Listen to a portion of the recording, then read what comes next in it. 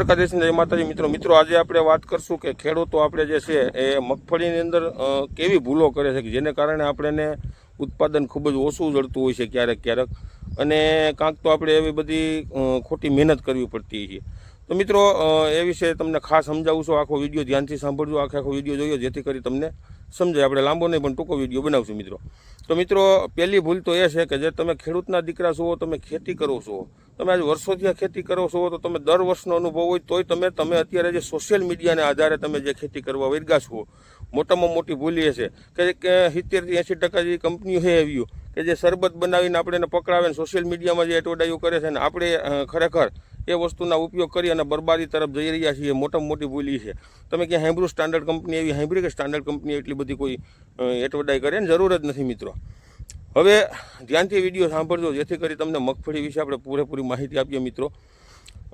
જો આપણે નવી ચેનલમાં નવા મિત્રો હોય આપણી ચેનલમાં તો ખાસ કરી સબસ્ક્રાઈબ કરવાનું મિત્રો ચેનલને ભૂલતા નહીં। વિડીયોને આગળ સારો લાગે તો શેર કરજો અને લાઇક કરવાનું ભૂલતા નહીં મિત્રો। હવે આપણે અલગ અલગ પ્રકારની મગફળી ખેડૂતો આપણે જે વાવતા હોય છે, 28 નંબર છે, 32 નંબર છે, G20 છે, G22 છે, ગિરનાર 4 છે, 24 નંબર છે, 38 નંબર, 38 નંબર, 39 નંબર, 41 નંબર, અનેક પ્રકારની અલગ અલગ મગફળી આપણે વાવતા હોઈએ છીએ। પણ ખેડૂત મિત્રોની મોટામાં મોટી ભૂલ છે કે જે આપણી જમીન છે એ જમીનની અંદર આપણે કઈ જાત મગફળીની વાવવી છે તો એના વિશે ક્યારે આપણે મગફળી વિશે તમે જે જાત છે એ જાતની ક્યારે તમે કોઈ પાસેથી અભિપ્રાય નથી લીધો કે ભાઈ આ કેવી જાત છે, કેટલા દિવસે પાકે છે ખરેખર। અને આપણે જે જમીન છે કે આપણી કાળી માટી જમીન છે કે ટાસોળ જમીન છે કે રેતાળ જમીન છે કે એ જમીનની અંદર ખરેખર જો હવે એ આપણે જે જમીન હોય ને જમીનની અંદર આપણે જે મગફળીનું વાવેતર કરવું છે, એક મગફળીની આપણે કેટલાની જારીઓ વાવીએ તો આપણે વધારે પૂરતો બેનિફિટ જડે અને વધારે ઉત્પાદન જડે। હવે મિત્રો જો આ મારે જે જમીન છે અત્યારે આમાં મેં 20 નંબર મગફળી G20 કહેવાય એ મગફળી વાવેતર કરી છે ને 28ની જારીએ વાવેતર કરેલું છે।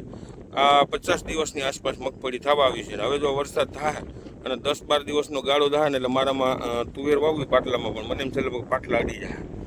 હવે આ જગ્યાએ કદાચ મગફળી મેં 20ની જારીએ વાવી હોય તો મિત્રો ખરેખર 20ની જારીએ જો વાવી હોય ને મગફળી તો અત્યારે મગફળી મારી હામી અડી ગઈ હોય।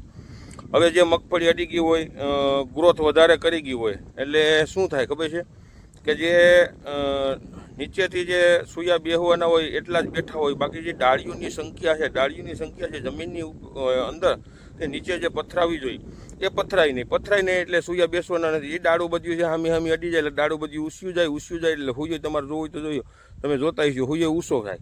હુયો ઊંસો જાય તો હુયાની જે ત્યાંથી એને એટલી બધી પ્રક્રિયા કરવી પડે છે કે જમીને અડે ને ત્યાં તો એનો ઘણો બધો સમય વયો જાય છે। એટલે આવી બધી ક્યાંક ને ક્યાંક ભૂલ થતી હોય। જો હવે તમે અત્યારે તમારી જમીનની અંદર હું એમ કહું કે 28ની જારીએ મગફળી થતી હોય દાખલા તરીકે, તમે 20ની જારીએ વાવો તો ઘણું બધું નુકસાન થતું હોય છે અને ડબલ ખર્ચો, ડબલ મજૂરી, ડબલ ખાતર બિયાણ અને મહેનત અઢળક અને જો ઉત્પાદન છેલ્લે એને એ થાય છે। મેં તો ઘણો બધો અખતરો કરી લીધો છે મિત્રો। 28ની જારીએ એ થાય છે અને 20ની જારીએ એ થાય છે। હા, જે લોકોને છોડવો નથી થતો, જેનો ગ્રોથ નથી થતો, જેની જમીન એ રીતની છે કે 20ની જારીએ મગફળી પણ માનમાં અટતી હોય છે, એવા લોકોએ તો 20ની જારીએ જ વાવવી જોઈએ। આ તો ખેડૂતો લાગત હવે વર્ગી ગયા છે, હોવલ 18, 20 બસ બીજી કાંઈ ધૈના જ નથી। ખરેખર આપણે ક્યાંક જોતા નથી, વિચારતા નથી કેવી મગફળી કી જાત વાવીએ છીએ તો કેવી જમીનમાં વાવીએ તો એને કેટલાની જારીએ ખરેખર વાવવી જોઈએ। હવે ખરેખર જો કાયમી માટે ખેડૂત મિત્રોને હું સમજાવું છું કે તમે દવાયું સ્ટાન્ડર્ડ કંપનીની દવાયું વાપરો। આલતું ફાલતું જે સોશિયલ મીડિયાના આધારે તમે એવી દવાયું વાપરોમાં કાયમી હું મિત્રો કહેતો આવું છું, હજી કહું છું, આ એક બરબાદી તરફ જવાનો રસ્તો છે। જો કાયદેસર મેનેજમેન્ટથી ખેતી કરશો ને તો ખેતીમાં તમને બમણા રૂપિયા વધશે। તમે અત્યારે જે હિસાબ કરો તો તમને ખબર પડે, તમે અખતરો કરો। હું એમ કહું કે ખાલી તમે 2 વીઘાની 10 વીઘા જમીન હોય ને તો 8 વીઘામાં અનલોડ ખર્ચો કરો, 2 વીઘામાં સામાન્ય જે વસ્તુ આપણે જોઈએ છીએ એ વસ્તુનો સામાન્ય ઉપયોગ કરો, જેથી કરી તમને ખબર પડશે છેલ્લે કે 2 વીઘામાં શું ફેર છે અને 8 વીઘામાં શું ફેર છે। કોઈ એમ કહેતું હોય કે ફાલની દવાઈઓથી કે એવા કોઈ ખાતરોથી ઉત્પાદન ડબલ થઈ જતું હોય કે દોઢું થઈ જતું હોય મિત્રો તો એને આપણે 1 લાખ રૂપિયાનું ઇનામ દેવું છે જો આપણે એને કરી દઈએ તો નહીં થાય, કેમ કે એ કુદરતના હાથમાં છે। સારું વાતાવરણ, સારો વરસાદ, હવામાન, આબોહવા જે બધું કુદરતે આપણે આપેલું છે અને આપણી મહેનત અને આપણી જમીન, આ બધી વસ્તુ જ્યારે ભેગી થતી હોય ને ત્યારે જ ઉત્પાદન સારામાં સારું મળતું હોય છે મિત્રો. એટલે આવું ખાસ ધ્યાન રાખજો. ખરેખર હકીકતમાં ધ્યાન રાખવા જેવી બાબતો છે. હજી આપણે મગફળી વિશે ઘણી બધી ચર્ચા કરશું. મગફળીને વધારે ઉત્પાદન લેવા માટે એક આપણે જે હાવ મફતમાં થાય એવો અને ખેડૂતોને બહુ મોટો ફાયદો થાય એવો પણ વિડીયો આપણે 2-3-4 દિવસમાં મૂકશું મિત્રો. તો અવનવા વિડીયો જોતા રહીયો. જય જવાન, જય કિસાન.